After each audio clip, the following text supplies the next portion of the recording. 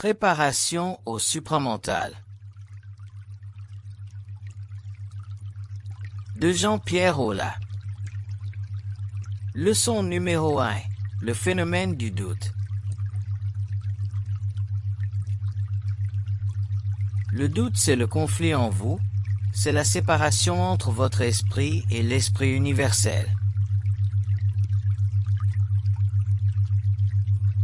C'est la polarité dans votre esprit créée par vos émotions et vos pensées personnelles. Tant que vous n'êtes pas impliqué dans le développement de votre être, dans le perfectionnement de vos corps, que vous faites vos petites vies, que tout va bien, que vous n'êtes pas aiguillonné par des forces qui pénètrent en vous. Vous ne le vivrez pas le doute, vous ne saurez même pas ce que c'est.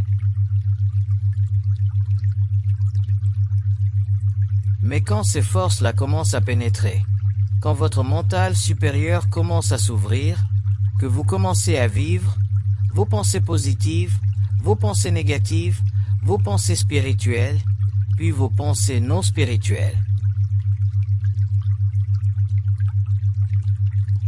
C'est à ce moment que vous commencez à douter, et vous n'avez pas fini, vous avez à peine commencé. Quand vous ne douterez plus, vous serez bien. Vous aurez la tête vide, il n'y aura plus de polarité. Alors le doute, c'est très normal. Je vous ai averti durant mes séminaires. Le doute ne commence pas nécessairement tout de suite après mes séminaires. Il peut commencer 6 mois plus tard, 1 an plus tard, mais il arrive parce que cela fait partie de la transmutation de votre corps mental inférieur. Vous ne pouvez pas arriver à la connaissance sans passer par le doute, c'est impossible, tant que vous spiritualisez, et que vous êtes supporté spirituellement par ce qui est traditionnel, ce qui est accepté, ce qui est connu, ça marche. Mais quand vous commencez à sortir des formes, à remettre les formes en question, à remettre tout en question, à voir avec un œil nouveau, avec un esprit nouveau, sans vous n'attacher à rien, cela devient plus difficile.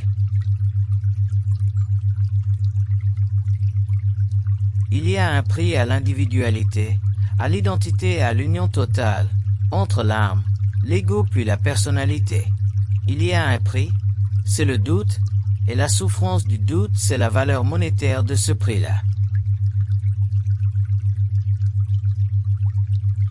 Le doute est très important dans la transmutation du corps mental. Puis il disparaît dans son temps. C'est un nouvel équilibre d'énergie dans votre mental. Il y a des formes dans votre esprit. Votre esprit est bourré de formes, bourré d'idées. C'est normal que quand ces forces la pénètrent, que votre esprit prenne un choc en retour, c'est très normal. Il ne s'agit pas de paniquer, ce n'est pas plaisant, mais c'est normal, c'est très bon, parce qu'éventuellement cela vous nettoie l'esprit. Le combat intérieur, le combat entre ce qui est, puis ce que vous aimeriez qu'il soit, c'est normal et il faut que vous le viviez. Plus vous allez avancer, plus vous allez le vivre, jusqu'au moment où comprenant les lois de la forme, réalisant que tout ce qui se passe dans votre tête c'est un jeu. À ce moment-là, vous allez apprendre à ne pas vous occuper de la dualité dans votre esprit. Vous allez prendre cela aisément, vous allez arrêter de vous attacher à ce qui se passe dans votre esprit. Les intelligences supérieures ne veulent pas que vous attachiez à ce qui se passe dans votre esprit. Elles veulent que vous vous le laissiez passer librement. Avec le temps, quand vous serez bien habitué à ça, vous laisserez passer l'énergie librement. Et à ce moment-là, vous ne souffrirez plus du doute. Si vous souffrez du doute, c'est parce que vous vous attachez mentalement et émotivement aux pensées formes qui passent dans votre esprit. Alors c'est normal que vous souffriez, c'est bien normal. Pensez-vous que les forces qui cherchent à pénétrer dans votre mental vont pénétrer dans votre mental facilement? La réponse est non, car si c'était comme ça, votre humanité serait différente de ce qu'elle est aujourd'hui depuis longtemps.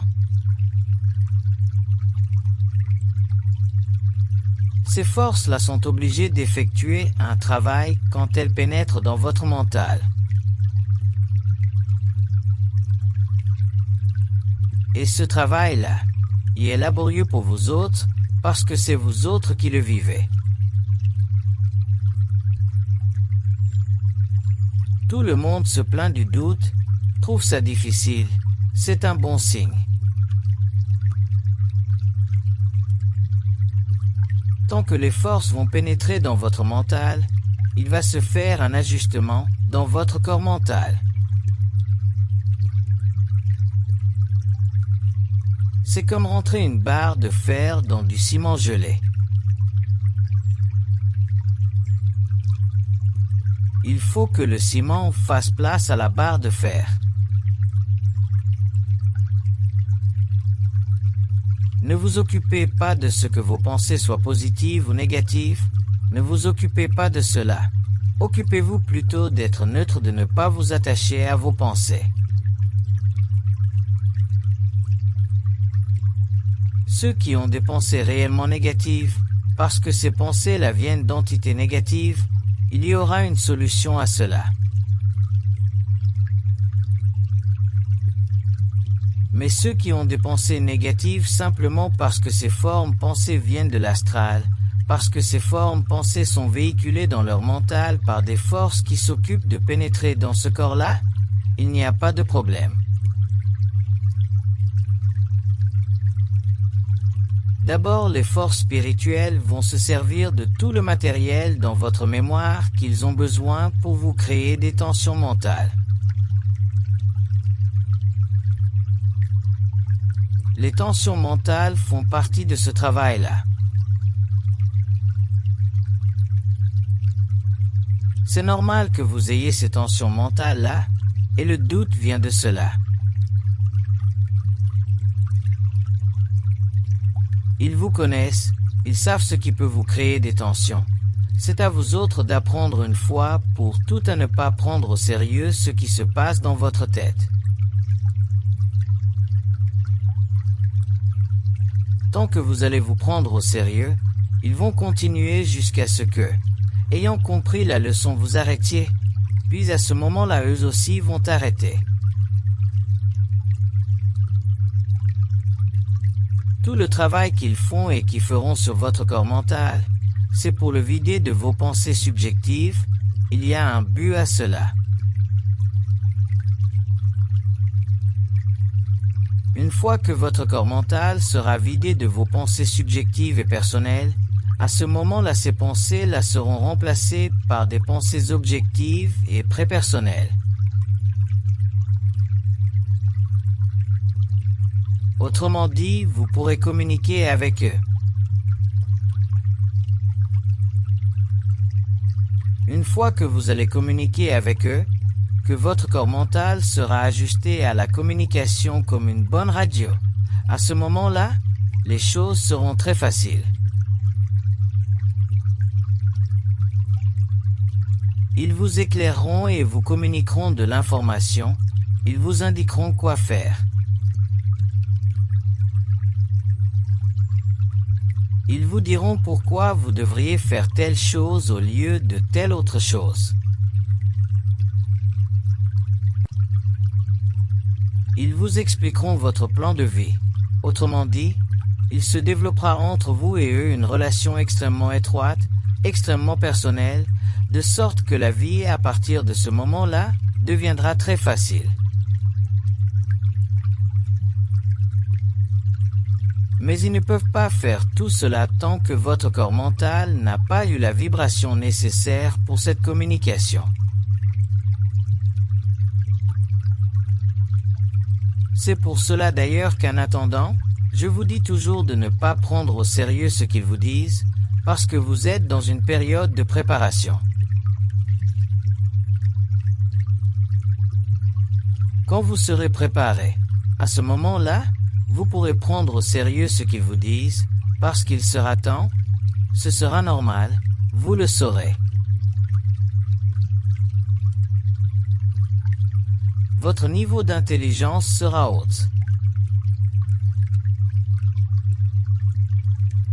L'être humain de la nouvelle race ne vivra plus de la pensée personnelle et subjective qu'il a connue au cours de son évolution. Cette pensée sera remplacée par une pensée de plus haute vibration de sorte que l'être humain sera incapable d'identifier cette pensée nouvelle et puissante avec son moi personnel. Il saura sans l'ombre d'un doute que cette pensée lui vient d'un autre plan et qu'elle prend son origine sur les plans universels de la conscience. À partir de ce moment, l'être humain ne pourra plus commettre d'erreurs et se soumettra à la loi du retour, car tout ce qu'il fera devra être fait. Cet être humain nouveau n'aura plus de problèmes, car les problèmes résultent du fait que l'être humain ne sait pas agir dans le cadre de la pensée créée pour lui sur les plans de l'âme. Il pourra disposer de toutes les formes possibles et imaginables de la pensée humaine pour s'élever dans la perfection de l'action à tous les niveaux de son action sociale. L'être humain créera alors une société parfaite dans la mesure de son pouvoir créateur. Voilà pourquoi certains parmi vous vivront pendant quelque temps une période relativement difficile où le travail se fera de plus en plus sentir. La pénétration des énergies dans votre mental créera dans ce dernier une sorte de souffrance, car vos pensées subjectives seront de plus en plus éliminées jusqu'au jour où il vous sera impossible de vivre dans la subjectivité. L'ajusteur de pensée seul peut effectuer ce travail. C'est pourquoi je vous ai dit qu'il n'y a pas d'effort à faire. Il s'agit de bien comprendre ce qui vous arrive afin que vous sachiez que vos états sont naturels et normaux. L'être humain n'est pas habitué à vivre cette vie nouvelle et cet état de conscience permanent. Au fur et à mesure que se effectue le travail, l'esprit de l'ajusteur pénètre le vôtre et la pénétration n'est pas toujours facile. Il s'agit pour vous de bien reconnaître que c'est l'ajusteur de pensée qui agit en vous. Ce point est essentiel. Une fois que vous en serez sûr, tout sera plus facile et plus simple. Ce n'est pas parce que vous êtes en contact avec les forces supérieures que votre vie sera facile au début, bien qu'elle puisse l'être, dépendante de vos personnalités. Les vibrations de votre corps mental seront changées avant que vous puissiez vous servir de votre nouvelle intelligence. Graduellement vous comprendrez et tout vous sera facile.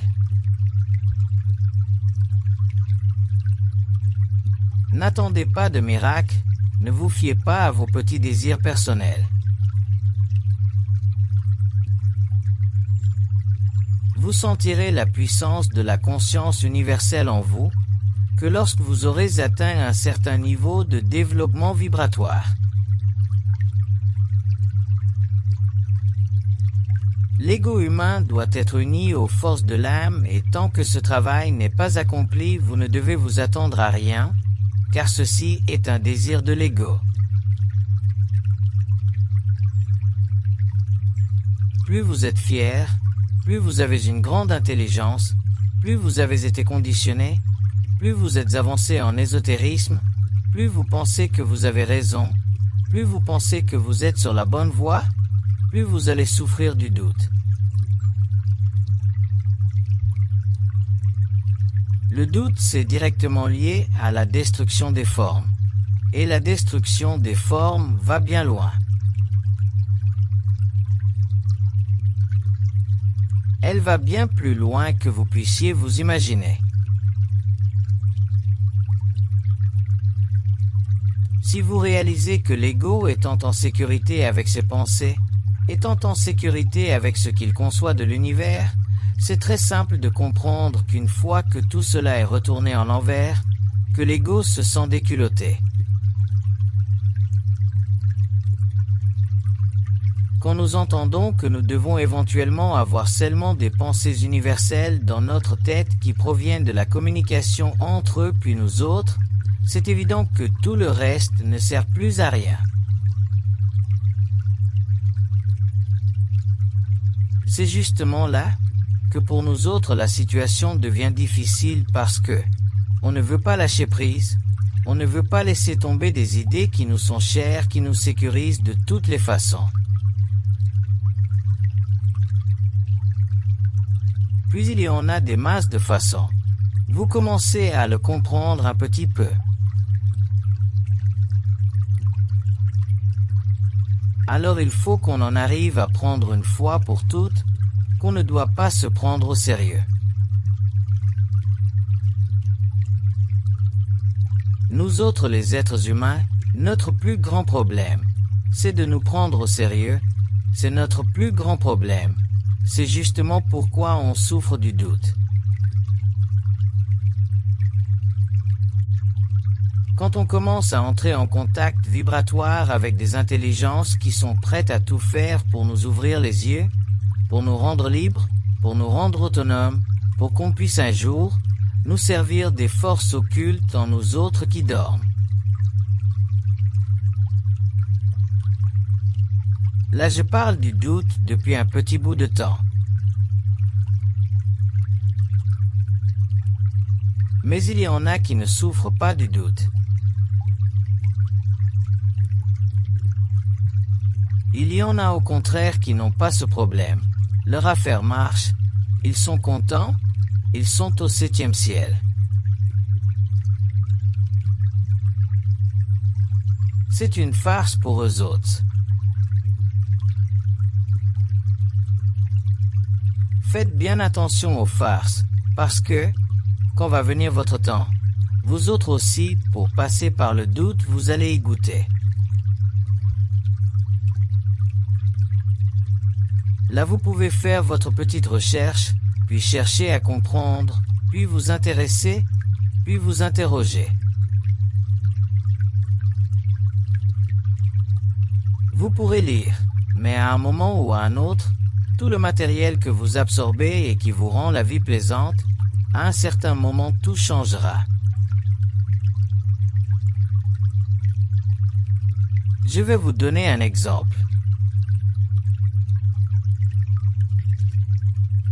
Tout le monde sait que le Christ représente l'amour, que l'Esprit représente l'intelligence. Mais qui est-ce qui représente la volonté? On sait que le Père représente la volonté. Mais qui est-ce que c'est le Père? Savez-vous que le Père c'est Lucifer? Il y en a parmi vous autres qui sont prêts à réaliser que le Père c'est Lucifer. Que le Christ c'est l'amour, puis que l'intelligence c'est l'esprit. Tout d'un coup là, les affaires ne sont plus pareilles. Là on est pris avec Lucifer qui représente le principe, la volonté dans le cosmos. Ce n'est pas drôle. On a été enseigné pendant une grande période que Lucifer représente les forces négatives et on ne comprend pas ce que veut dire les forces négatives. Parce que lorsque nous parlons des forces négatives, nous y mettons une tonne d'émotions. Nous ne voyons pas cela objectivement. Nous ne voyons pas cela avec les yeux du mental. Nous ne voyons pas cela avec notre petite conscience humaine. Nous voyons cela avec nos petites émotions humaines, puis ça s'arrête là. Ce sont des petits accros comme ça qui créent le doute quand on entend cela, qui nous causent des problèmes. Puis après tout, on se demande pourquoi ces connaissances sont cachées. Je dirais que ce n'est pas caché, c'est simplement que les personnes ne sont pas assez mûres pour voir et comprendre. Les gens n'ont pas encore la capacité de vérifier par eux-mêmes la réalité. Tout est basé sur la tradition, l'interprétation de la tradition, sans parler des cachettes de la tradition et de ce qui n'a pas été dit dans la tradition.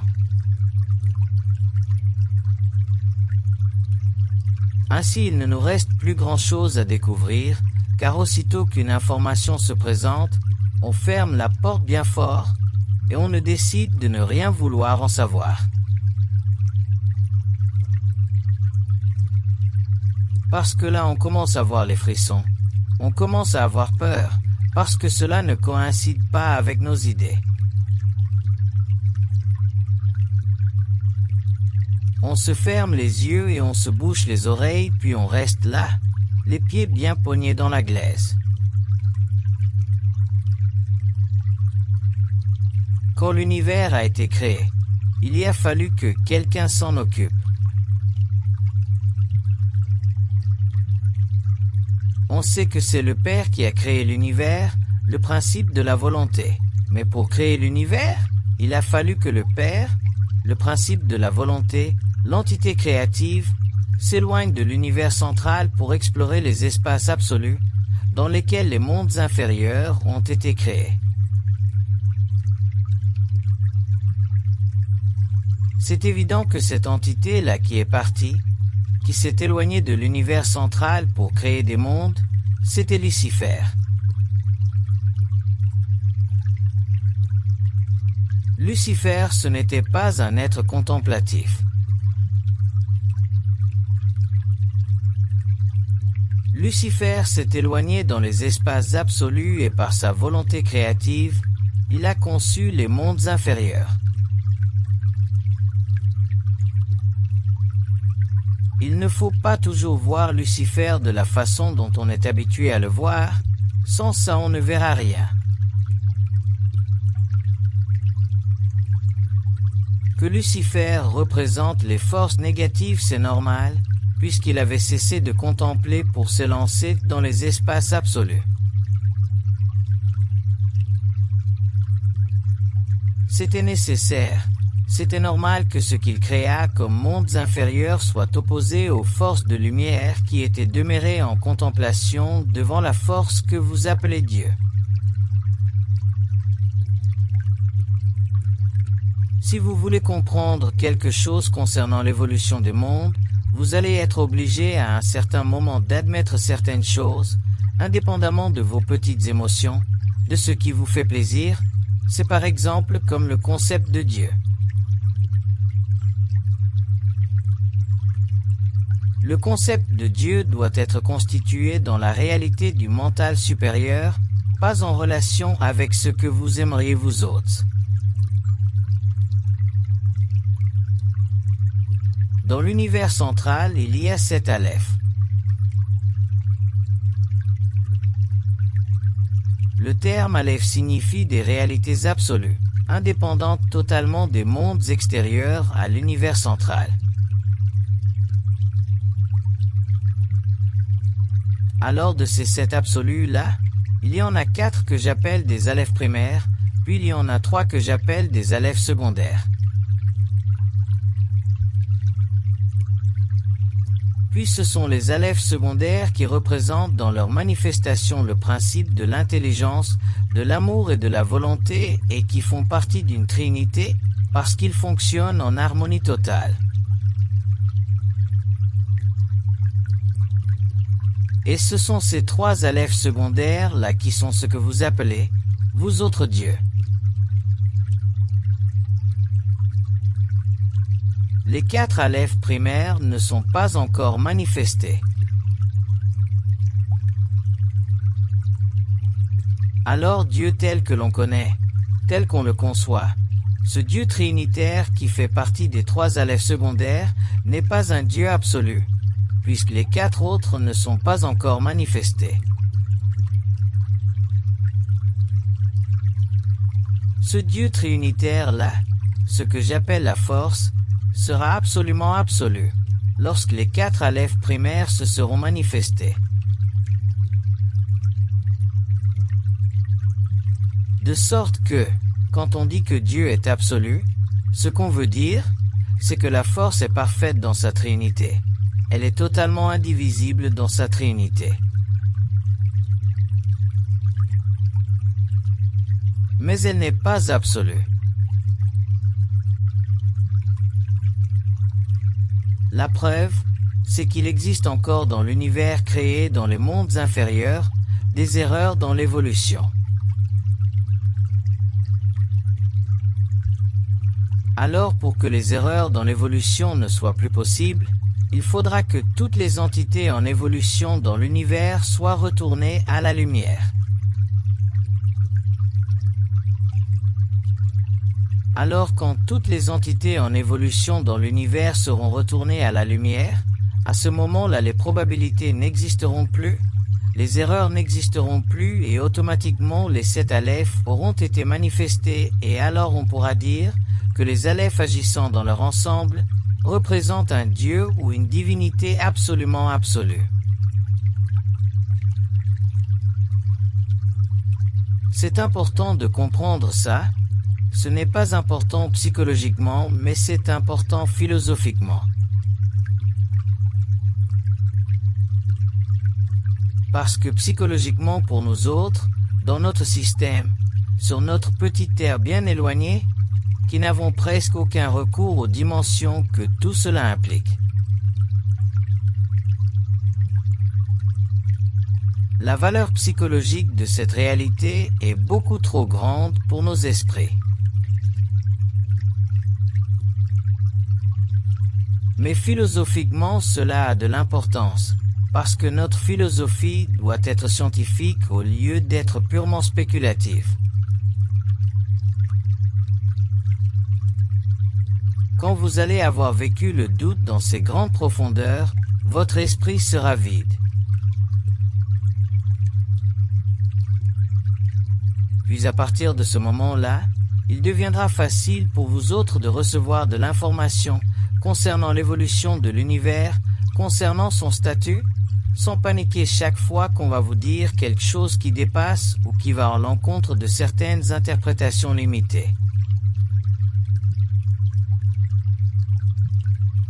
À ce moment-là, vous allez commencer à comprendre quelque chose en relation avec la vaste magnitude de l'univers et des principes qui l'animent.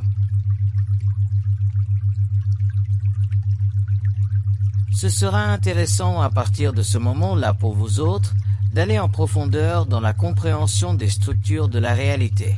Mais d'un autre côté, vous ne serez plus attaché à la forme et automatiquement, vous ne souffrirez plus du doute, de ce fameux doute qui est rattaché aux différents conflits créés par la forme dans votre esprit.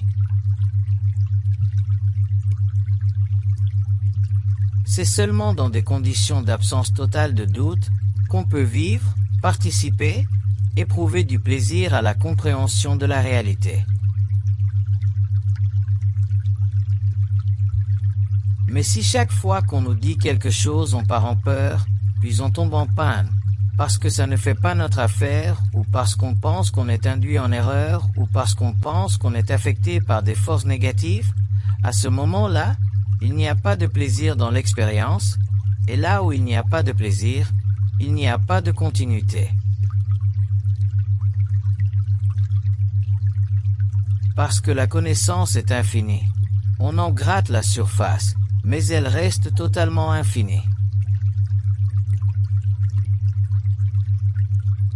Car à un certain moment donné, si vous êtes pour vivre côte à côte avec la connaissance, si la connaissance doit passer par votre esprit pour alimenter votre cerveau, pour vous permettre de faire telle ou telle chose, d'engager tel ou tel discours, communiquer telle ou telle idée, il va absolument falloir que vous dégainiez et que vous dépassiez le doute personnel lié à votre attachement de la forme.